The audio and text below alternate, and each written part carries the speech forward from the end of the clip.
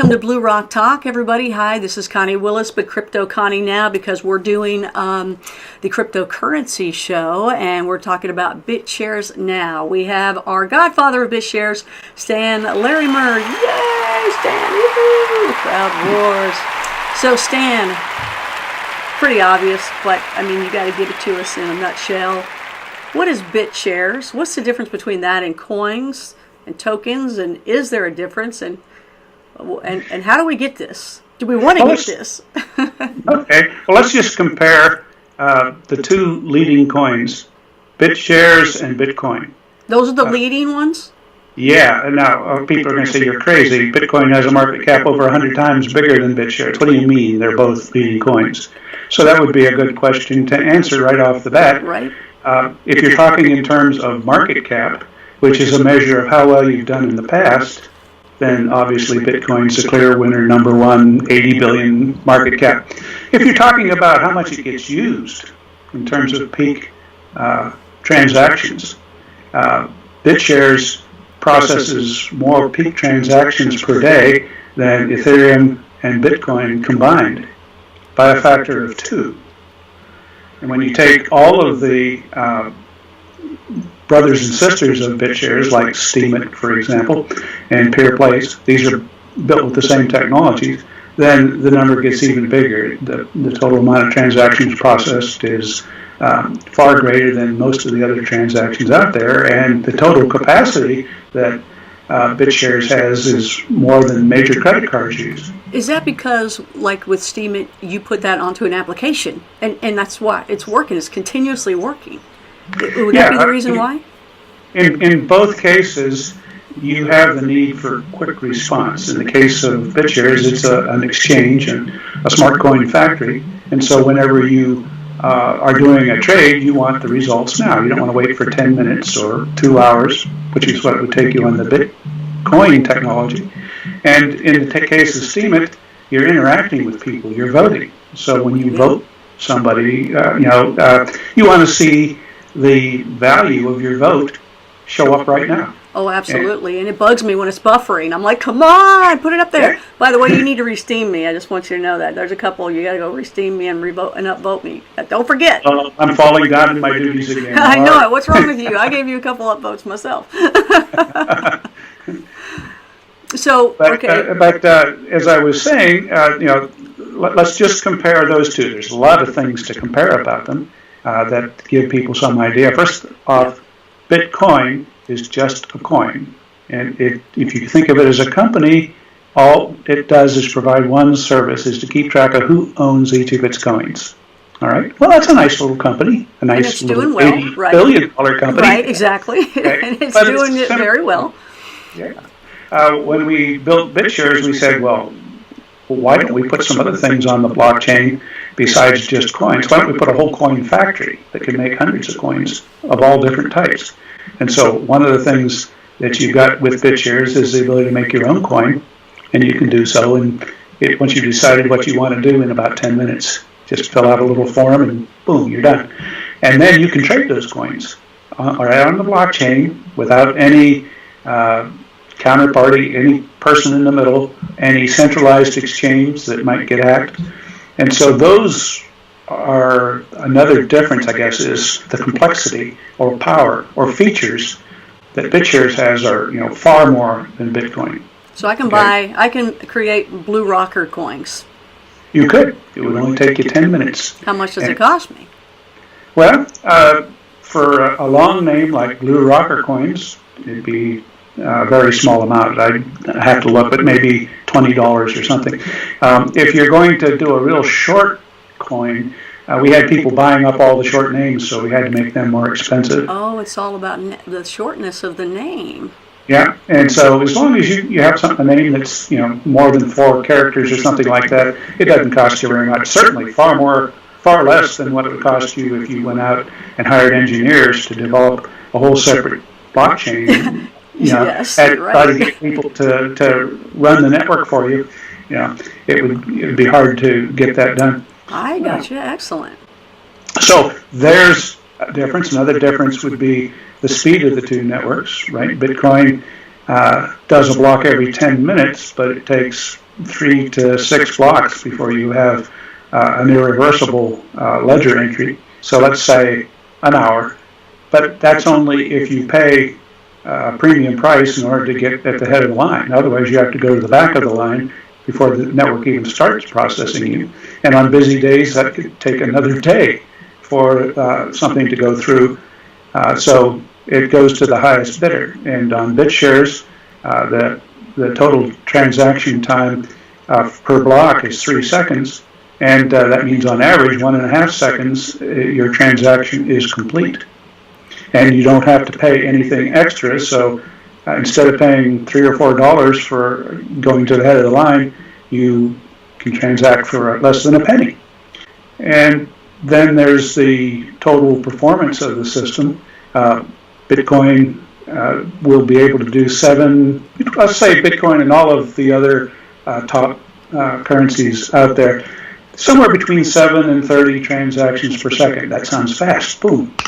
30 in 1 second, until you see the whole world lining up trying to use it. Now you see why there's a backlog, because if there's millions of people all over the world wanting to do something, and they can only take a chunk of 7 to 30 of them every second, then you can see why things would back up.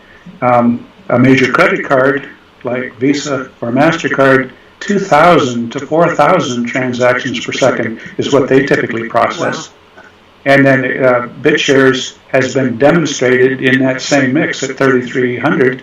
So it's right in the same category in terms of what it's demonstrated as a major credit card. But in the laboratory, we've run it clear up to over 100,000 transactions per second. So there's plenty of horsepower in BitShares. And that's why when we talk to businesses and they're thinking about building on Bitcoin or Ethereum, because those are the two biggest market cap, we say to them, is market cap what's important to your business, or is getting things done for your customers? Are you going to be bringing in just a few customers per second that you're trying to handle, or do you have a big business that's doing thousands of customers? How are you going to run on Bitcoin or Ethereum with that type of performance? And when they see that and they say, I don't believe it, and they go look at it, like, oh, you're right.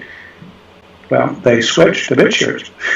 So that's another example. Is BitShares a coin, or is it a share of a company?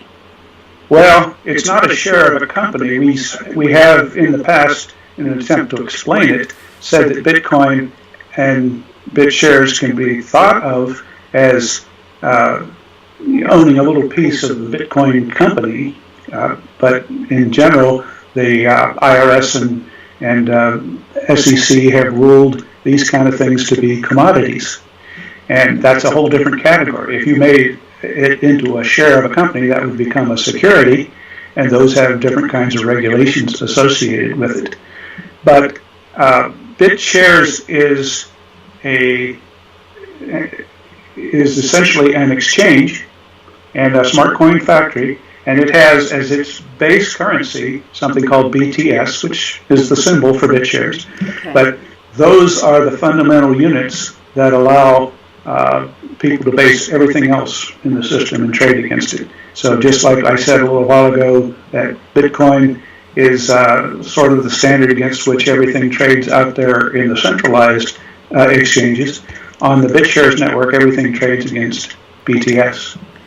Will I be able to in the future, or can I now with BitShares use it like a bank? Can I have it? Can it be like my own checking and savings account, and I can borrow against it? You can do all those things on BitShares right now, and people have been doing that for several years. Yeah, so I can have like a checking savings thing going on. Can I use a card and pull out my money?